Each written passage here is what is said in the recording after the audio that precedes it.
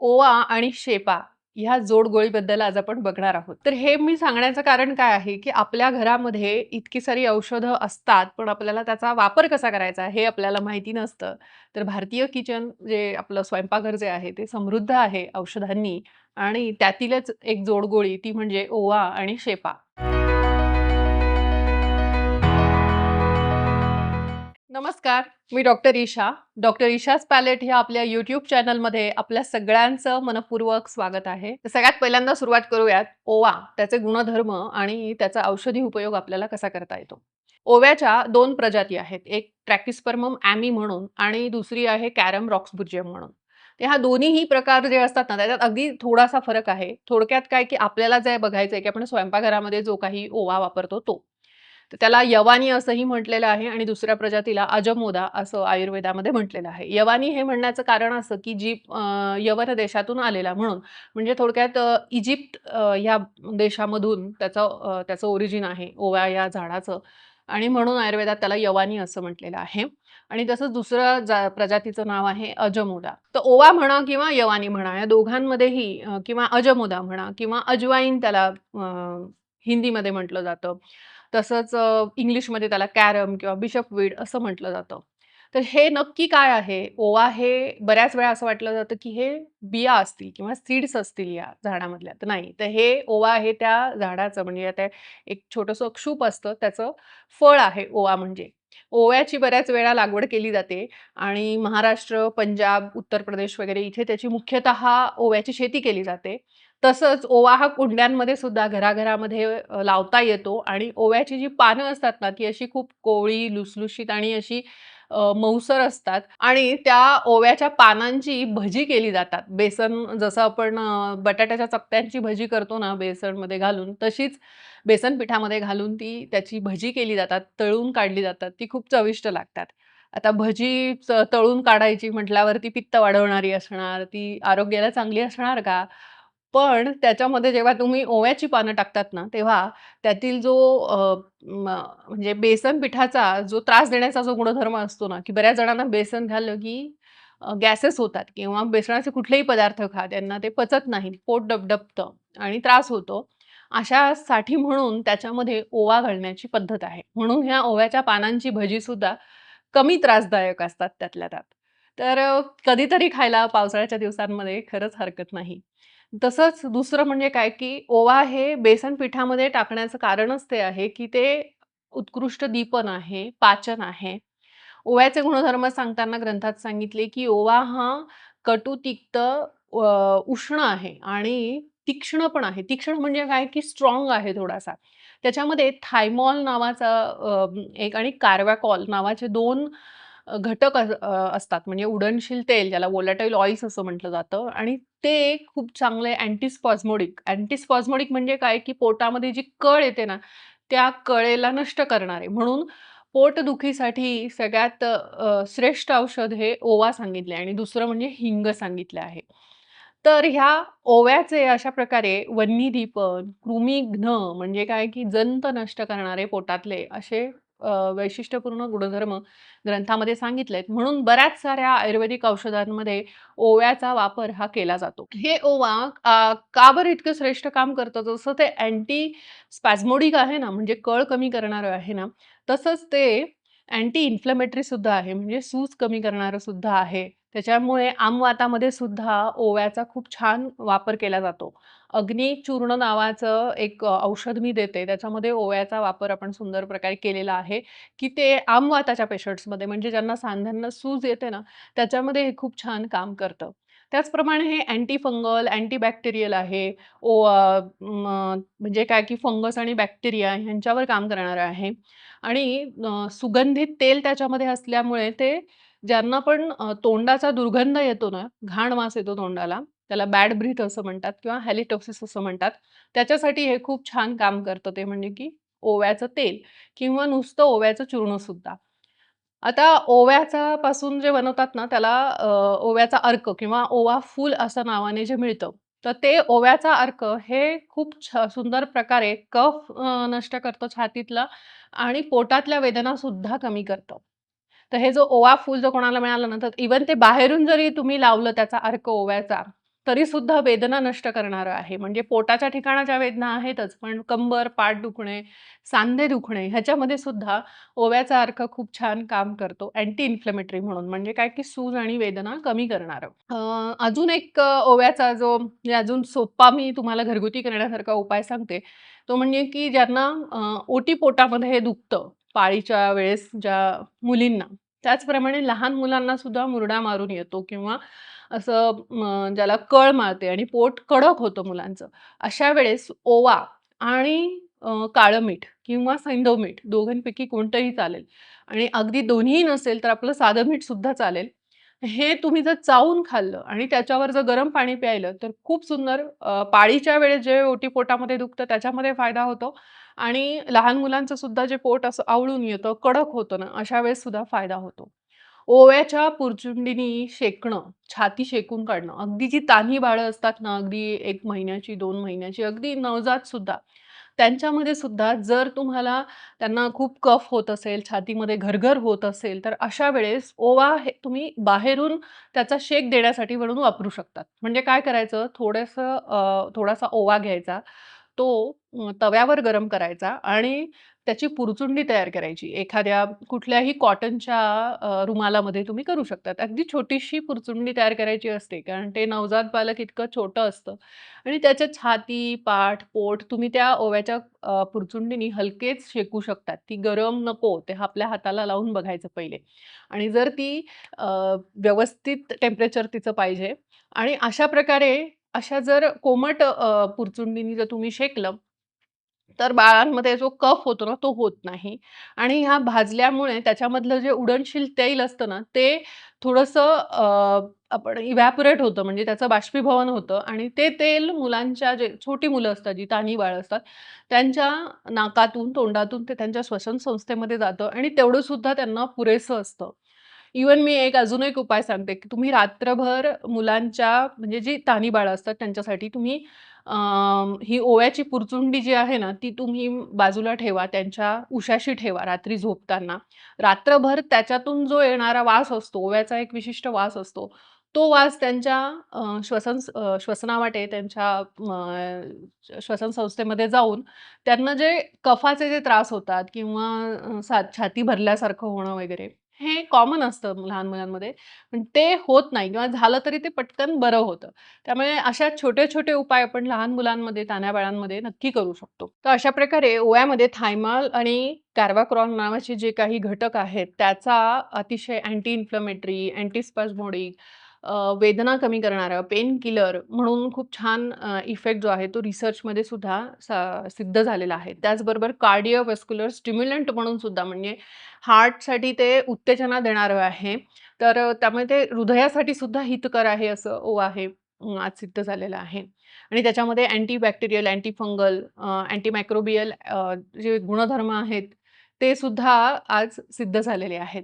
म्हणजे हे जे काही मॉडर्न रिसर्चनुसार काय त्याचे गुणधर्म आहेत ते मी तुम्हाला आता सांगितले. तर ह्या ओव्याचीच अजून एक प्रजाती असते ती म्हणजे की खुरासनी ओवा आणि वेगळा प्रकार आहे हं, पूर्णपणे. आपण तो स्वयंपाकघरामध्ये वापरत नाही. कारण तो मेडिकल सुपरव्हिजनच्या खाली वापरावा असं सांगितले. म्हणजे वैद्यकीय सल्ल्याशिवाय त्या खुरासणी ओव्याचा उपयोग करू नये. आयुर्वेदिक औषधांमध्ये खुरासणी ओव्याचा खूप चांगला उपयोग केला जातो. जसा ओव्याचा केला जातो तसाच खुरासणी ओव्याचे वैशिष्ट्यपूर्ण गुणधर्म आहेत. ते म्हणजे की ते नर्व्ह टॉनिक आहे, हिप्नॉटिक आहे, सिडेटिव्ह आहे. म्हणजे काय की ज्या वेदना होतात, मुळे ज्या वेदना होतात विशिष्ट प्रकारच्या काही-काही प्रकारच्या डिसीजेसमध्ये त्यांना कमी करणारं आहे. त्याच्यामुळे पार्किन्सन डिसीजमध्ये हे वापरतात. झोप चांगली यावी, अँक्झायटी कमी करणारं आहे. त्याच्यामुळे चिंता, तणाव यांच्यामध्ये असतो आणि त्याच्यामुळे वेगवेगळे आजार होतात. त्याच्यामध्ये खुरासणी ओवा नावाचा जो दुसरा प्रकार आहे, तो वापरला जातो.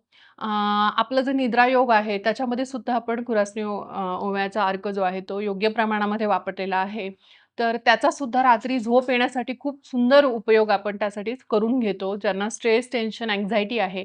इव्हन पार्किन्सन डिसीज सारखे जे काही ट्रेमर्स असणारे डिसीज असतात ना, त्याच्यामध्ये सुद्धा खुरासनी ओवा खूप छान काम करतो. ट्रेमर्स म्हणजे ज्यांचे हात असे शेक होत असतात, तर त्याला बेनाइन ट्रेमर्स असं सुद्धा म्हटलं जातं. त्याच्यामध्ये सुद्धा खुरासनी ओवा छान काम करतो. त्याचबरोबर दातामध्ये कीड होणे किंवा अस्थमासारखा आजार किंवा छातीमध्ये कफ भरून राहणे, खोकला, काश, श्वास ह्या सगळ्या आजारांमध्ये रिस्पिरेटरी सिस्टमशी रिलेटेड जे आजार आहेत, त्याच्यामध्ये खुरासनी ओव्याची धुरी घ्यावी असं सांगितलेलं आहे. पण ती जर तुम्हाला शक्य नसेल, तुम्ही साध्या ओव्याची जरी धुरी घेतली, तरी त्याचे सुद्धा कारक रिझल्ट्स आपल्याला मिळतात. त्याचप्रमाणे खुरासणी ओव्याचा मुख्य उपयोग ना नर्व्हजला आपण सिडेटिव्ह म्हणून काम होतं त्याचं नसांवर. त्याच्यामुळे जेव्हा नसांशी संबंधित दुखणे असतात, म्हणजे ज्याला स्पॉन्डिलोसिस वगैरे म्हणतात, की ज्याच्या नसांवर दाब पडते, त्याच्यामुळे तिथे दुखतं. तर कंबरदुखी म्हणा किंवा स्पॉन्डिलोसिसमुळे किंवा मानेच्या इथला स्पॉन्डिलोसिस बऱ्याच वेळा लोकांना होतो. तर त्यामुळे होणारी वेदना, तर ह्याच्यामध्ये खुरासणी ओवा असलेली औषधं आयुर्वेदामध्ये वापरायला सांगितली आणि त्याचा खूप छान उपयोग आपल्याला प्रॅक्टिसमध्ये होताना दिसतो. अशा प्रकारे ओवा हा सर्वसामान्यपणे आपल्या घरामध्ये आढळणारी वस्तू आणि त्याचा सुंदर उपयोग आपल्याला करून घेता येतो आणि त्याचप्रमाणे खुरासणी ओव्याचा सुद्धा उपयोग सुंदर प्रकारे आयुर्वेदिक औषधांमध्ये केलेला असतो. परंतु खुरासणी ओवा हे वैद्यकीय सल्ल्याने वापरण्याचं औषध आहे. बाकी ओव्याचे जे काही मी तुम्हाला घरगुती उपाय सांगितले, ते तुम्ही बिनधास्त घरी करू शकता. आता ओवा आणि शेपा ह्यातील पुढची जोडगोळी आपण जी बघणार आहोत, ती म्हणजे शेपा. तर शेपा म्हणजेच काय? बाळंत शेपा असं ज्याला साध्या भाषेमध्ये म्हटलं जातं. आता बऱ्याच वेळा शेप म्हणजे बडीशेप असं सुद्धा त्याचं बरेच जण त्याच्यामध्ये कन्फ्यूज होतात, की बडीशेप घ्यायची की बाळंत शेप घ्यायची? तर बाळंत शेपा म्हणजे आयुर्वेदामध्ये ज्याला शतपुष्पा या नावाने त्याचं वर्णन केलेलं आहे. तर बडीशेप आणि बाळंतशेप ह्याच्यामध्ये बराच फरक आहे बरं का, की बडीशेप ही थोडीशी माईल्ड आहे, जी हिरवी असते, जी आपण जेवणानंतर खातो आणि तिचे पाचक गुणधर्म बऱ्यापैकी माईल्ड आहेत. पण शेपा ह्या थोड्याशा स्ट्राँग आहेत, उष्ण आहेत आणि त्या पॉवरफुल डायजेस्टिव्ह आहेत. म्हणजे अतिशय त्याचे जे पाचक गुणधर्म आहेत ना, ते खूप छान आहेत. विशेषतः वात आणि कफ कमी करणाऱ्या आहेत या बाळंतशेपा. म्हणूनच या बाळंतिणीला वापरल्या जातात आणि म्हणून त्याचं नाव सुद्धा बाळंतशेपा पडलेलं आहे. बाळंतिणीला वापरल्या जातात म्हणजेच काय, की त्या वाताच्या दुखण्याला कमी करतात. कारण बाळंतपण हा जो पिरियड असतो, की डिलिव्हरी नंतर त्याच्यामध्ये शरीरातला वात खूप वाढलेला असतो स्त्रीच्या. म्हणून बाळंतशेपा ह्या त्यावेळेस वापरायला सांगितलेल्या आहेत.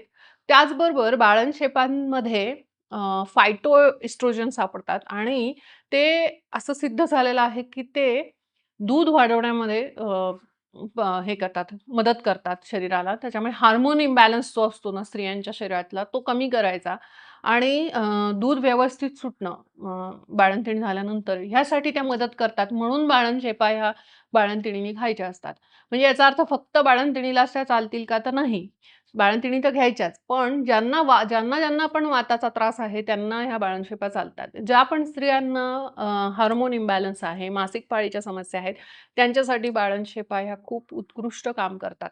आता ह्यांची एक सुंदर औषध मी तयार करायचं ते सांगते घरच्या घरी. जेवणानंतर ते ज्यांना वाताचा त्रास आहे आणि ज्या बाळंतीण स्त्रिया आहेत, त्यांनी तर अवश्य घ्यायचा.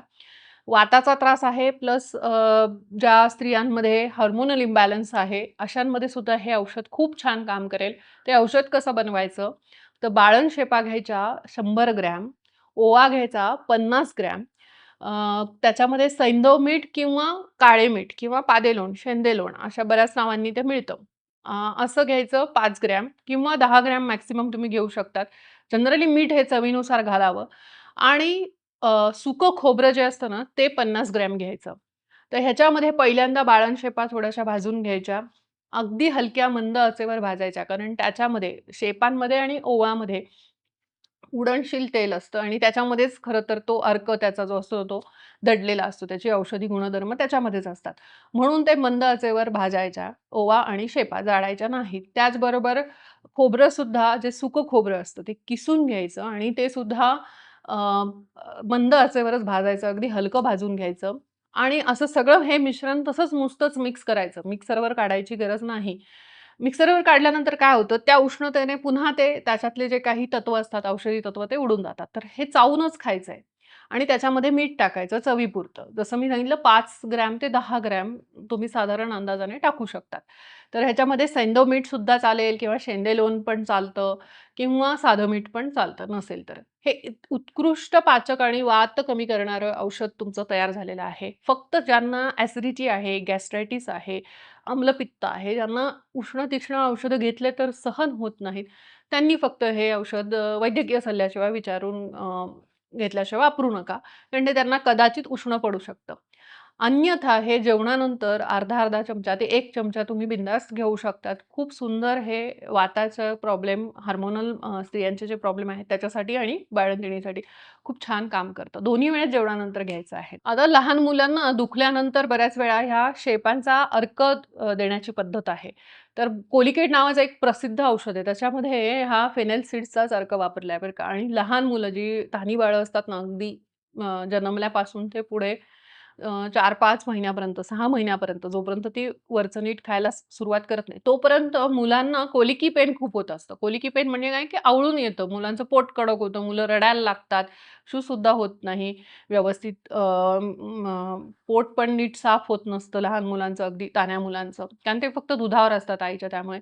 तर अशा मुलांना ना गॅसेस होतात आणि मग ते रडायला लागतात ना, तर अशा वेळेस हा शेपांचा अर्क द्यावा. तर हा शेपांचा अर्क जसा बाजारात सुद्धा विकत मिळतो, तुम्ही घरी सुद्धा हा कसा करू शकतात, तर 1 कप पाणी गरम करायचं. त्याच्यामध्ये 1 चमचा शेपा ज्या असतात त्या टाकायच्या आणि ते पाणी अर्थातच गॅस बंद करायचा.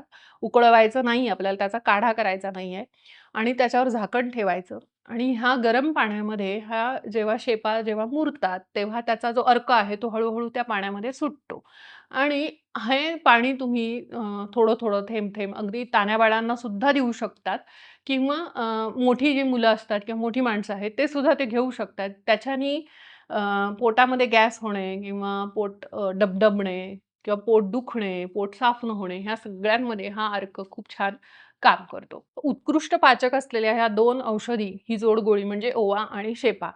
अनेक आयुर्वेदिक औषधांमध्ये ह्याचा वापर केला जातो. आपलं सुद्धा डाळिंब केसर योग आणि पित्तसारक योग ह्या दोन्हीही औषधांमध्ये ह्याचा वापर केलेला आहे. खूप सुंदर. डाळिंब केसर योग हे पॉवरफुल डायजेस्टर आहे. त्यांना पण भूक लागत नाही, अपचन, इंडायजेशन आहे. त्याच्यामध्ये खूप सुंदर काम करतं हे. पाव-पाव चमचा दोन्ही वेळेस जेवणानंतर तुपातून हे घ्यायचं आहे. आणि तुम्हाला शक्य असेल तर डाळिंबाच्या रसातनं घेतलं तर ज्यांना खूप जास्त ॲसिडिटी होते त्यांच्यासाठी सुद्धा हे खूप छान काम करतं. दुसरं म्हणजे की पित्तसारक योग जे आहे त्याच्यामध्ये सुद्धा ह्या दोन्ही औषधांचा समावेश आहे. तर त्याचे अर्क आहेत. तर ह्याचा सुद्धा खूप छान ज्यांना पित्ताचे त्रास आहेत आणि अपचन आहे त्याच्यासोबत अशासाठी खूप सुंदर काम करतं. माझ्या प्रॅक्टिसमधलं one of the favourite medicines आहेत हे दोन्ही सुद्धा. जेवणानंतर अर्धा-अर्धा चमचा पित्तसारक योग हा घेऊ शकता. तर तुमचा कोठा जास्त जड असेल तर तुम्ही रात्रीच्या वेळेस पित्तसारक योग अगदी 1 चमचा घेतला तरी सुद्धा चालेल. पोटही साफ होतं, पित्तसुद्धा निघून जातं आणि दीपन आणि पाचन म्हणजे भूक नीट लागणे आणि अन्नाचं पचन नीट होणे या दोन्हींसाठी वरदान आहेत ही दोन्हीही औषधं. ही औषधं मी स्वतः बनवलेली आहेत. तुम्हाला कुठे मिळतील तर इथे जो नंबर डिस्प्ले होतोय त्यावर किंवा ही जी वेबसाईट आहे त्यावरून तुम्ही ही ऑर्डर करू शकता. तर व्हिडिओ कसा वाटला मला नक्की कमेंट करून सांगा. व्हिडिओ लाईक आणि शेअर करा जेणेकरून जास्तीत जास्त लोकांपर्यंत हा पोहोचेल. ज्यांना ह्याची गरज आहे त्यांच्यापर्यंत हा नक्की पोहोचवा. अशीच शास्त्रशुद्ध माहिती घेऊन पुन्हा भेटूयात. तोपर्यंत नमस्कार.